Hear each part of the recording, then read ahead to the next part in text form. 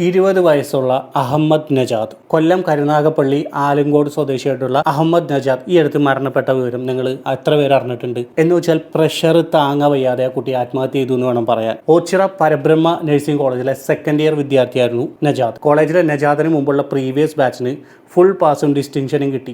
നജാദിന്റെ ബാച്ചിലേക്ക് വന്നപ്പോഴേക്കും നജാദിന് കുറച്ച് back papers ഒക്കെ ഉണ്ടായി. ഈ പ്രഷർ എല്ലാം കൂടി നജാദിനെ പോലുള്ള കുട്ടികളുടെ തലയിലാണ് ഇവിടുത്തെ ലെക്ചേഴ്സ് കൊണ്ടുവന്നിട്ടത്. ഇത് താങ്ങ വയ്യാതെ, സഹിക്ക വയ്യാതെ ആ കുട്ടി ജീവനൊടുക്കി. ഈ വീഡിയോ നിങ്ങൾ അവസാനം വരെ ഒന്ന് കാണണം. പറ്റുന്നുണ്ടെങ്കിൽ മാക്സിമം നിങ്ങൾ എല്ലാവരും ഒന്ന് ഷെയർ ചെയ്യണം.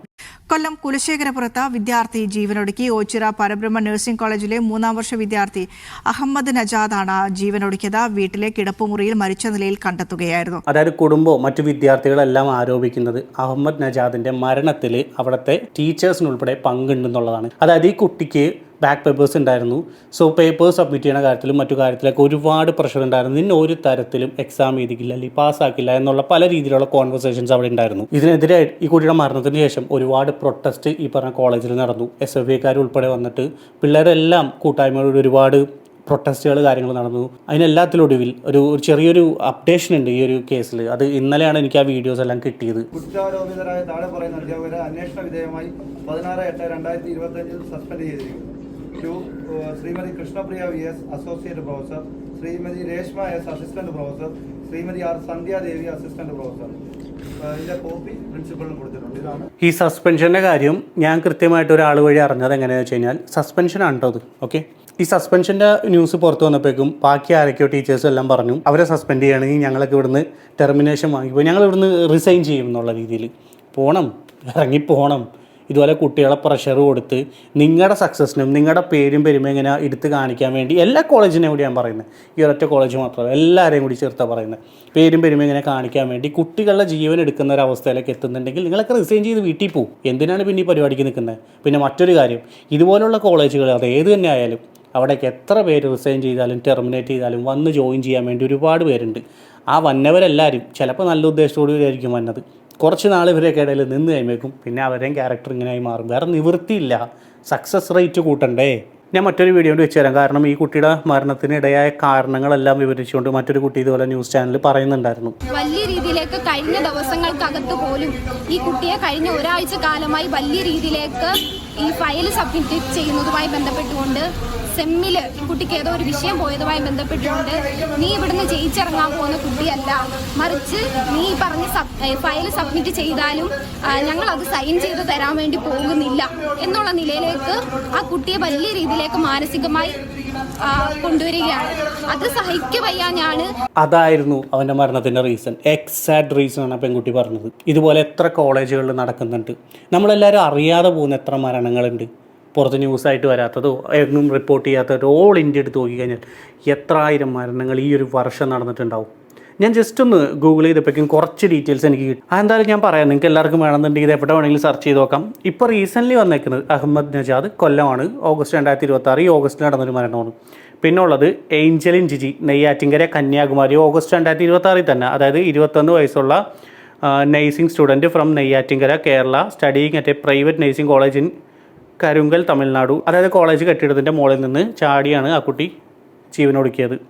റീസൺ എന്താണെന്ന് വെച്ച് കഴിഞ്ഞാൽ ഇതൊക്കെ തന്നെ. പിന്നെ അനാമിക വിനീത്, 19 വയസ്സുള്ള പെൺകുട്ടി, കണ്ണൂരിൽ നിന്നുള്ളൊരു BSc നഴ്സിംഗ് സ്റ്റുഡൻ്റ് ആയിരുന്നു. ആളുടെ കോളേജിൻ്റെ ഹോസ്റ്റലിൽ, അതായത് ഹരോഹള്ളി, കർണാടക, അവിടെ വെച്ചാണ് ജീവനൊടുക്കിയത്. കോളേജ് അഡ്മിനിസ്ട്രേഷൻ്റെ ഭാഗത്തു നിന്നുള്ള സിവിയർ ആയിട്ടുള്ള മെൻ്റൽ ഹരാസ്മെൻറ്റ് കാരണം. ഇനി അടുത്തത് അമ്മു സഞ്ജീവ്, 2024-25 ആ ഒരു ടൈമിലാണ് നടന്നത്. Final year BSc nursing student ആയിരുന്നു, ഗവൺമെൻറ് കോളേജ് ഇൻ പത്തനംതിട്ട. ആളും കോളേജിൻ്റെ ഹോസ്റ്റൽ ബിൽഡിങ്ങിൽ നിന്ന് ചാടിയാണ് ആത്മഹത്യ ചെയ്ത് അല്ലെങ്കിൽ മരണപ്പെട്ടതെന്നാണ് നമുക്കറിയാൻ സാധിച്ചത്. ഇതിനെല്ലാത്തിനും ഒരൊറ്റ റീസൺ മാത്രം, കോളേജുകളുടെ അല്ലെങ്കിൽ യൂണിവേഴ്സിറ്റികളുടെ ഭാഗത്തുനിന്ന് പിള്ളേർക്ക് കൊടുക്കുന്ന പ്രഷർ, ടോർച്ചർ.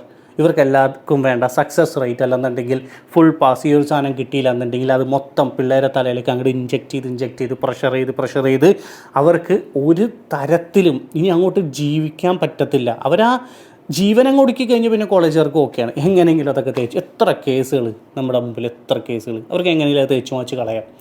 പിന്നെ ഈ പറഞ്ഞ പോലെ കൗണ്ട് കറക്റ്റ് ആവുമല്ലോ, ആൾ ജീവനോടെ ഇല്ല. അപ്പം പിന്നെ ബാക്കിയുള്ളവരെ പാസ്സാക്കി വിട്ടാൽ മതി.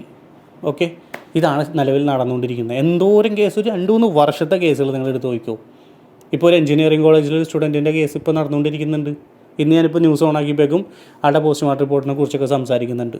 ഈ നജാദിൻ്റെ കേസിൽ ഞാൻ അറിഞ്ഞൊരു കാര്യം എന്താ വെച്ച് കഴിഞ്ഞാൽ, ആളുടെ ഒരു കൂട്ടുകാരൻ്റെ അടുത്ത് സംസാരിച്ചപ്പോൾ ലാസ്റ്റ് കോൺവെർസേഷനിൽ ഉണ്ടായിരുന്ന ഒരു ഭാഗം ഇതായിരുന്നു, എങ്ങനെയെങ്കിലും ഈ 5 ലക്ഷം രൂപ എൻ്റെ വാപ്പാക്ക് തിരിച്ചു കൊടുക്കാൻ പറ്റുമെങ്കിൽ ഞാൻ ഈ പരിപാടി ഇട്ടെറിഞ്ഞുകൊണ്ട് പോകും എന്നുള്ളത്. ആ കുട്ടി അങ്ങനെ വരെ ചിന്തിക്കണം എന്നുണ്ടെങ്കിൽ എത്രമാത്രം പ്രഷർ അവിടെ കൊടുത്തിട്ടുണ്ടാവണം. നിങ്ങൾ ചിന്തിച്ച് നോക്ക് ചുമ്മായെങ്കിലും. സഹിക്കാൻ വയ്യാണ്ടാണ് ജീവനൊടുക്കിയത്. ഇനി ഞാൻ മറ്റൊരു കാര്യം കൂടി പറയാം. ഈ പാരൻസ് ആയാലും എല്ലാവരും കുട്ടികളെ ഇതുപോലെ കോളേജുകളിൽ, യൂണിവേഴ്സിറ്റിയിൽ നിങ്ങൾക്ക് ഇഷ്ടപ്പെട്ട കോഴ്സ് അല്ലെങ്കിൽ കുട്ടികൾക്ക് ഇഷ്ടപ്പെട്ട കോഴ്സുകൾ ഒക്കെ ആയിട്ട് ജോയിൻ ചെയ്യിപ്പിക്കാൻ വേണ്ടി കൊണ്ടുപോകുമ്പോൾ അവരുടെ സേഫ്റ്റിയും കൂടി നിങ്ങൾ ഇനിയെങ്കിലും ചെക്ക് ചെയ്ത് തുടങ്ങുക. കാര്യം ഈ പറഞ്ഞ കോളേജുകളിലും മറ്റും ജസ്റ്റ് ഗൂഗിളിൽ അടിച്ചാൽ മതി. ഇതിനു മുമ്പ് പ്രീവിയസ് ഹിസ്റ്ററി ചെക്ക് ചെയ്യുക. ഇതുപോലെ എന്തെങ്കിലും കുട്ടികൾ മരണപ്പെടുന്ന ഒരവസ്ഥ, അപകടങ്ങളോ മറ്റു കാര്യങ്ങളോ അവരുടെ സേഫ്റ്റീനെ ബാധിക്കുന്ന എന്തെങ്കിലുമൊക്കെ പറഞ്ഞ കോളേജിലോ യൂണിവേഴ്സിറ്റിയിലോ ഉണ്ടോ എന്നുള്ളത്, ഉണ്ടായിട്ടുണ്ടോ എന്നുള്ളതിൻ്റെ ആൻറ്റിസിപ്പൻസ് ഒക്കെ ഒന്ന് ചെക്ക് ചെയ്യുക. ഓക്കെ. പിന്നെ നിങ്ങൾ ഇത്ര കാശ് കൊടുത്തു, അത് പഠിക്കണം അല്ലെങ്കിൽ പഠിച്ചേ പറ്റുള്ളൂ എന്നുള്ള പ്രഷർ ഒരിക്കലും ഈ മക്കൾക്ക് കൊടുക്കരുത്.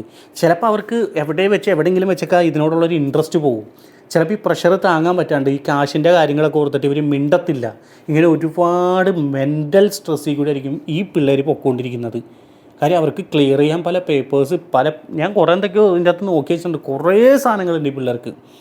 ഇതിൻ്റെ എല്ലാത്തിൻ്റെ പ്രഷറിൻ്റെ ഇടയിൽ കിടന്ന് ഉരുകി അവസാനം സഹിക്കാൻ വയ്യാതെ ഒരു നിമിഷത്തെ തോന്നലിൽ ഇവർ ജീവിതം അവസാനിപ്പിക്കണം. അങ്ങോട്ട് ആരോടും തുറന്നു പറയാനില്ല. ഈവൻ പാരൻസിൻ്റെ അടുത്തൊക്കെ ആയാലും ചിലപ്പോൾ ഏതെങ്കിലുമൊക്കെ കുട്ടികളായിട്ട് പലപ്പോഴായിട്ടൊക്കെ ഒന്ന് സൂചിപ്പിച്ചിട്ടുണ്ടാവും. ഈ കാശിൻ്റെ കാര്യം അല്ലെങ്കിൽ ഒരു ജോലി അല്ലെങ്കിൽ മുമ്പോട്ടുള്ള ജീവിതത്തെക്കുറിച്ചൊക്കെ ആലോചിക്കുമ്പോൾ പല പാരൻസും ചിലപ്പോൾ ഇഗ്നോർ ചെയ്യും അല്ലെങ്കിൽ സമാധാനിപ്പിച്ചു വിടും. ഒരിക്കലും ചെയ്യരുത്. കൃത്യമായിട്ട് അന്വേഷിക്കണം. നിങ്ങൾ ഇവരെന്താ പറയുന്നത്, ഇവരെന്താണ് അഡ്രസ്സ് ചെയ്യുന്നത് എന്നുള്ള കാര്യങ്ങൾ കൃത്യമായിട്ട് അന്വേഷിക്കുക. നിർത്തി പോരണ്ടാണെങ്കിൽ നിർത്തി പോനോന്നേ. ഈ കാശ് പോയാൽ പോട്ടെ. ഇതുങ്ങളെയൊക്കെ ഒരു വെള്ള തുണിയിൽ പൊതിഞ്ഞ് വീട്ടിലേക്ക് കൊണ്ട് തന്നെ അവസ്ഥ ഒന്ന് ആലോചിച്ച് നോക്കിയേ. അത്രയും ബുദ്ധിമുട്ടൊന്നുമില്ലല്ലോ കാശ് പോകുമ്പോൾ. കാശ് പോയ കാശ് ഉണ്ടാക്കിയെടുക്കാം. ഞാനിപ്പോൾ ഇതിന് റിലേറ്റഡ് ആയിട്ട് റീൽ ഇട്ടിട്ടുണ്ട് ഇൻസ്റ്റയിൽ. ആ റീലിൽ ഞാൻ ഓൾറെഡി പറഞ്ഞിട്ടുണ്ട്. ഇതിന് റിലേറ്റഡ് ആയിട്ടുള്ള എന്തെങ്കിലും കാര്യങ്ങളോ അപ്ഡേഷൻസോ മറ്റു കാര്യങ്ങളോ നിങ്ങൾക്ക് പറയാനോ ഷെയർ ചെയ്യാനുണ്ട് ഈ ധൈര്യമായിട്ട് പറഞ്ഞു. ഈ കോളേജിൻ്റെ ആയിക്കോട്ടെ മറ്റേത് കോളേജിൻ്റെ ആയിക്കോട്ടെ, പിള്ളേരെ പഠിക്കാനാണ് അവിടെ വിടുന്നത്, അല്ലാണ്ട് കൊല്ലിക്കാൻ വേണ്ടിയല്ല. ഈ പാരൻസ് ഉൾപ്പെടെ എല്ലാവരും ഒരുപാട് ആഗ്രഹങ്ങളും സ്വപ്നങ്ങളുമായിട്ടാണ് ഈ മക്കൾ അവിടെ കൊണ്ടുവന്നാക്കുന്നത്. ഈ ടീച്ചേഴ്സിനെയൊക്കെ വിശ്വസിച്ച് മറ്റേ ഇവറ്റുകൾ എന്താ ചെയ്യണേ? അനാവശ്യമായിട്ടുള്ള പ്രഷറും സാധനങ്ങളും ടോർച്ചറും കൊടുത്ത് പിള്ളേരെ ജീവനങ്ങ് എടുക്കുക. ഒരു കൂസലും ഇല്ലാന്ന് ആലോചിക്കുമ്പോഴാണ് ഇവർ കാരണമാണ് ഈ കുട്ടികളുടെ ജീവൻ പോയെന്ന് നന്നായിട്ടറിയാം.